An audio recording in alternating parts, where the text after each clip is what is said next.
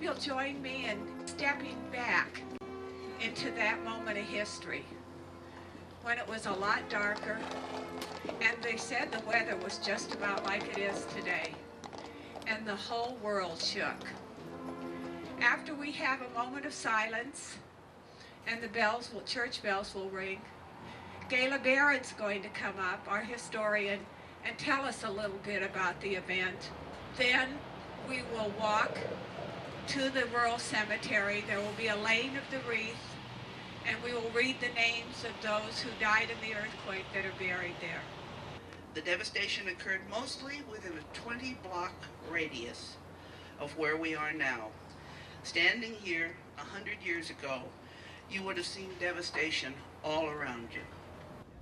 In the ruins of a dozen or more small hotels and rooming houses and a pair of large hotels, about 78 people, probably more, died.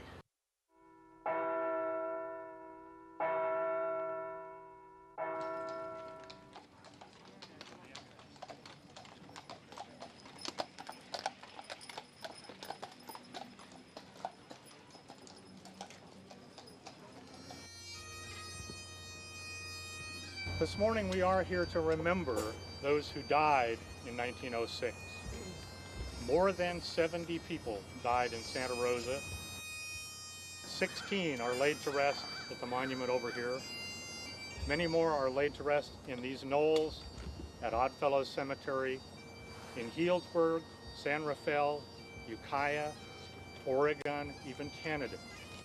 Jay Bratker, Rose Hannah Brown, Young Boo, Joseph Boys, John Hugh Boylan.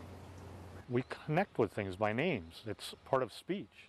So that was what was important to me. And I had no idea until I think 3 weeks ago that I was going to read them. It was suddenly the committee came to me and said, "You've done all the research. We think you should read the names." I had to stop and think about, will I be able to read this without getting lost in the emotion? So I spent a lot of time reading it over and over and over before I did it to try and just be able to present those names. And of course, knowing that 40 of those people were here in this patch of ground that we're standing in made a big difference. My mother said she wanted to come up here to the rural cemetery. And she said, because my great-grandmother's buried there. And so we walked up, and here was this gravestone, and my great-great-grandmother, this was her second husband, Alexander Hodge. And that got me involved as a docent here. And then when the Earthquake Commemoration Committee came along, it was just an extension of that. My great-great-grandfather, Milo Fish, was a printer for the Press-Democrat. He wasn't scheduled to work that day. He was covering for someone whose wife was having a baby. So he went in there that morning. He was in there with a couple of paper boys when the earthquake happened. And once things started shaking, I guess they ran out of the building and they were crushed by the facade of the building when it fell down. If he hadn't died in such extraordinary circumstances, I might not have ever even heard of him and might not have ever been able to experience and felt what I felt about the whole thing. It gives me a connection to this city, to the place where I live.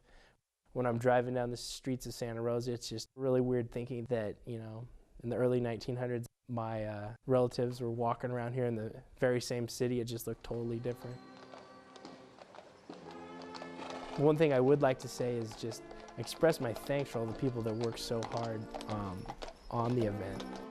Everybody who organized it just did such a good job to make something happen that everybody's going to remember for a long time. Miles Pierman, Miss Willie F. Reed,